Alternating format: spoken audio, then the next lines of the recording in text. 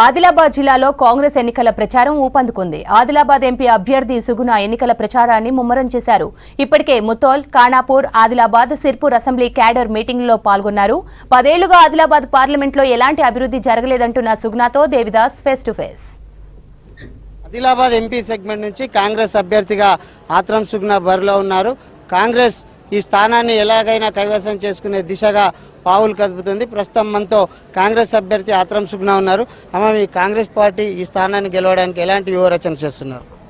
అన్న, ముందుగా నేను కాంగ్రెస్ జాతీయ రాష్ట్రీయ నా కాంగ్రెస్ కుటుంబానికి కృతజ్ఞతలు తెలుపుతున్నాను. మొట్టమొదటిసారిగా ఆదిలాబాద్ పార్లమెంటుకు కాంగ్రెస్ ఎంపీ బరిలో నన్ను నిలబెట్టడం, ఒక మహిళగా నిలబెట్టడం చాలా ఆనందంగా ఉంది. తప్పకుండా 6 గ్యారంటీలను ముందుకు తీసుకెళ్తూ, ఎందుకంటే గతంలో కూడా మా కాంగ్రెస్ పార్టీ ఉన్నప్పుడు చాలా రకాలైనటువంటి చట్టాలను తీసుకురావడం జరిగింది. అదేవిధంగా పథకాలను కూడా తీసుకురావడం జరిగింది. ఇప్పుడు కూడా 6 గ్యారంటీలతో ముందుకొస్తున్నాము. ఆదిలాబాద్ పార్లమెంటు సబ్బండ వర్గాల ప్రజలందరూ కూడా ఏకపక్షంగా ఓటేసి తప్పకుండా పార్లమెంటుకు పంపించేటువంటి దిశలోనే ఉన్నారు.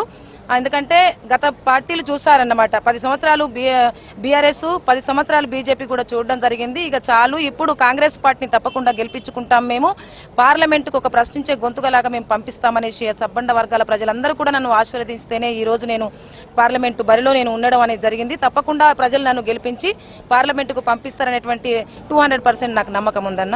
ఆదిలాబాద్ ఎంపీ సెగ్మెంట్ లో ప్రధాన సమస్యలు సిమెంట్ ఫ్యాక్టరీ పునరుద్ధరణ కావచ్చు, ఆదిలాబాద్ ఆర్మూర్ రైల్వే లైన్ కావచ్చు, మరోవైపు ఎయిర్పోర్టు ఏర్పాటు చేసేందుకు ఈ గత పాలకులు నిర్లక్ష్యం చేశారని అంటారు. దీనిపై మీ స్టాండ్ ఎలా ఉంటుంది? నిజం, వాస్తవం అన్న. ఇది ఎయిర్పోర్ట్ విషయంలో కావచ్చు, సిమెంట్ ఫ్యాక్టరీ విషయంలో కావచ్చు, ఈ విషయాల్లో సీఎం రేవంత్ అన్న గారు మరి ఇవన్నీ కూడా పునరుద్ధరణ చేయాలి. గత ప్రభుత్వాలు అయితే ఈ విధంగా హామీలు ఇచ్చి మర్చిపోయారు. కానీ ప్రజలకు చెందినటువంటిది, ప్రజల అభివృద్ధి కొరకు పనిచేసేటువంటి ప్రజలు చాలా మంది, సిమెంట్ ఫ్యాక్టరీలో చాలా మంది వర్క్ చేసేటువంటి కార్మికులు ఇలా చాలా నష్టపోయారు ఈరోజు. కాబట్టి తప్పకుండా దాన్ని తెరిచేటువంటి బాధ్యత కూడా రేవంత్ అన్న గారు తీసుకుంటున్నారు. ప్రజల సంక్షేమమే ఈ యొక్క కాంగ్రెస్ ప్రభుత్వం యొక్క లక్ష్యం అన్నమాట. అందుకే ప్రజల సంక్షేమం కొరకు తప్పకుండా ఏవైతే హామీలు ఇస్తుందో కాంగ్రెస్ ప్రభుత్వము, హామీలు నెరవేర్చడానికి ముందంజలో ఉన్నాం మేము. ఎందుకంటే గత ప్రభుత్వాలు అప్పుల పాలు చేసిపోయినరన్నమాట. బంగారు తెలంగాణ ఉండే, బతుకులేని తెలంగాణ చేసిపోతే, అప్పుల పాలు చేసిపోతే, ఇప్పుడు అప్పు తీసుకొచ్చి మేము ఈ తెలంగాణ రాష్ట్రాన్ని అభివృద్ధి దిశలోకి తీసుకురావడానికి, ముఖ్యంగా ఈ ప్రాంతం అంతా ఆదిలాబాదు, ఉమ్మడి ఆదిలాబాద్ అంతా కూడా వెనుకబడినటువంటి ప్రాంతం కాబట్టి రేవంత్ అన్న గారు తెలంగాణ పీసీసీగా ఉన్నప్పుడు మొట్టమొదటిసారిగా మరి ఇంద్రవెల్లికి వచ్చి ఇక్కడే సభను ఏర్పాటు చేసుకోవడం జరిగింది. దాని తర్వాత పార్లమెంట్ ఎన్నికల ముందు కూడా ఇక్కడికే వచ్చి సభను ఏర్పాటు చేసుకోవడం జరిగింది. ఈ ప్రాంతం అంతా కూడా అభివృద్ధి చేయాలనేటువంటి ఒక దిశలో ఉంది. ఇది ఉమ్మడి ఆదిలాబాద్ అంతా కూడా ఒక అభిమానం, ప్రేమ ఉంది ఈ ఆదిలాబాద్ ప్రజల పైన. కాబట్టి తప్పకుండా ప్రజల సంక్షేమం కొరకు వెంటనే ఈ పార్లమెంట్ ఎన్నికలు కాగానే ఒక్కొక్క పని మేము ప్రారంభించడానికి ముందంజలో ఉన్నారు. సీఎం రేవంత్ అన్న గారు మాట్లాడుతున్నారు కూడా ఈ విషయంలో.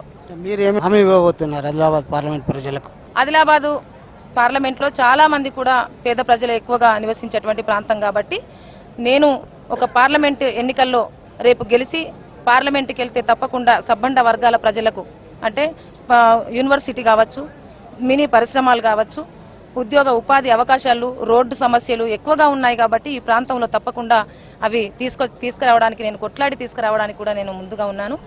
నా ఆదిలాబాద్ ప్రజలందరూ కూడా తప్పకుండా నన్ను ఆశీర్వదించి పంపిస్తున్నారు. కాబట్టి అందరికీ అభివృద్ధి దిశలో ఏదైతే కాంగ్రెస్ పార్టీ లక్ష్యం ఏదైతే ఉందో, కాంగ్రెస్ పార్టీ ఏదైతే సంక్షేమ పథకాలు కోరుకుంటుందో, సంక్షేమం ఏదైతే కోరుకుంటుందో ఆ సంక్షేమాన్ని ముందు తీసుకెళ్లడానికి తప్పకుండా నేను ప్రయత్నం చేస్తాను.